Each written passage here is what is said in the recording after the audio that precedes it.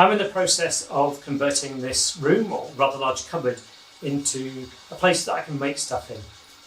It's quite small, so it's going to need careful fitting out, and before committing myself to anything I thought it would be a good idea to actually do a project in the space. So what I did was make this machine, and in the rest of the video I'm going to tell you all about it. There's a rather lovely principle in maths called Fourier synthesis, which tells us that we can combine simple sinusoidal oscillations or waves to produce much more complicated periodic oscillations or waves. I thought it would be fun to have a go at doing this mechanically, showing how we can combine these three simple up and down oscillations of the pulleys to produce a much more complicated movement of this marker. I imagine lots of people have done this before. I don't know, but I thought it would be interesting just to have a go myself anyway.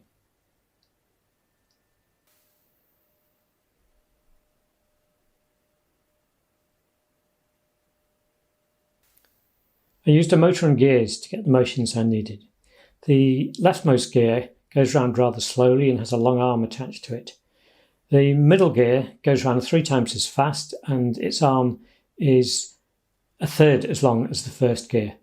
And then the rightmost gear goes round 5 times as fast as the first gear, and its arm is only a fifth as long as the first gear's.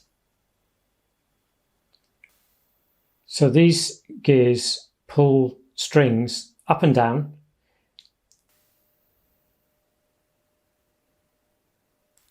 and the strings pass through guides, and then from the strings hang these pulleys that move up and down with simple movements which are very close to being sinusoidal. The one on the left going through a large and slow oscillation, the one in the middle going a third as far but 3 times as often, and the one on the right a fifth as far and 5 times as often.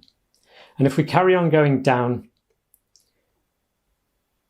we come to a set of fixed gears, and the free end of the cord that you can see is attached to a weight at the bottom.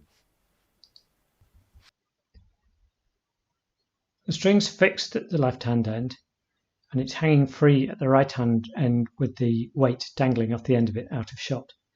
And in between the two goes in a series of detours around the hanging pulleys and around the fixed pulleys.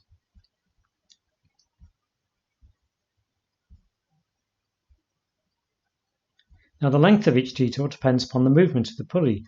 As the pulley moves up, the detour gets longer by twice the amount that the pulley has moved, because the detour has got 2 legs in it. And the overall effect of this arrangement is to add up the movements of the 3 pulleys to create the movement of the right-hand leg of the string with the marker attached to it. And the movement of the marker is quite different to the movement of any of the pulleys.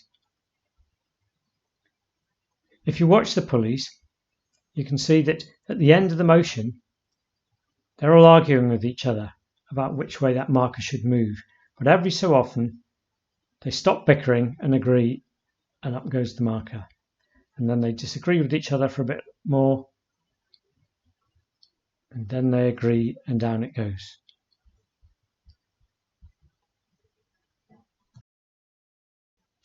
Now, to understand the movement of that marker, it's actually easier to plot it out in time like a graph. So I've done that with the video. I've smeared it out sideways and made the marker leave a trail. Now what we see is that at the end of the movement it does 2 little bobs down, moves rather quickly to the other end, does 2 little bobs, and back up to the other end. And in principle, the movements at each end ought to be perfectly symmetrical. My machine is not perfect, but we do expect the middle peak to be smaller than the 2 ones on the outside. Now, of course, we can wonder what happens to the markers on the other strings.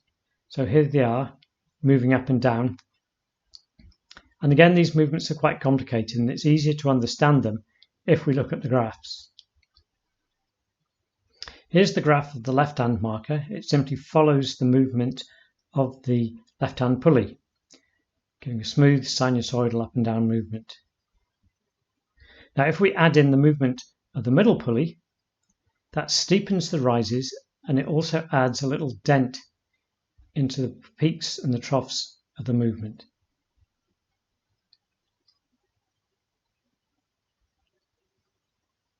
And then finally, we add in the movement of the third pulley, and this replaces that dent with an extra little smaller peak in the middle, so there are now two little bobs up and down at the end of the motion.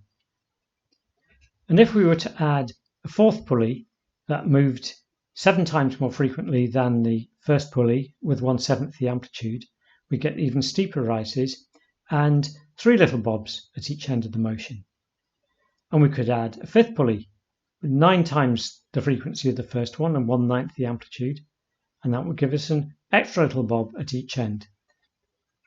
And if we carry on like that, we'll end up with something that gets closer and closer to being a square wave. And this is what the movements look like when we watch them all three together.